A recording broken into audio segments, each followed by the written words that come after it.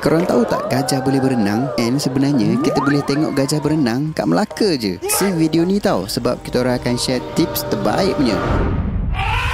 Awal-awal masuk tu, kita orang dah impress dah dengan terowong aquarium ni. Sebab kita bukan tengok ikan tau, tapi buaya.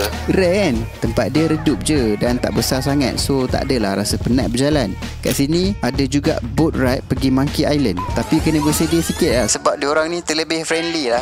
Diorang punya animal show pun best tau. Pandai betul lah buat show. Kita pun tak berbakat macam tu. Yang boys mesti suka show Wild Wild West ni. Ada tembak-tembak, meletup semua, tapi bising sikit lah.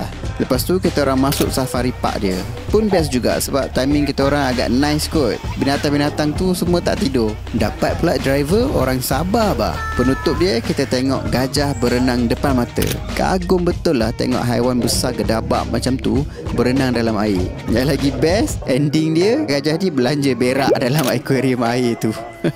Facilities kat sini pun cukup lengkap. Tandas, kafe, makan, surau semua ada. Parking pun banyak tau. Tips penting, kalau nak beli tiket, baik korang beli online sebab harga dia lagi murah. Beli je terus sekali dengan set makan, lagi jimat. Sampai sana tak payah beratur, terus masuk je. Jadi kalau korang berminat nak pergi, kita orang dah sediakan link tiket di bio atau komen safari. Share video ni and tag pasangan kawan-kawan korang tau. Boleh lah buat trip jalan-jalan sekali nanti kan?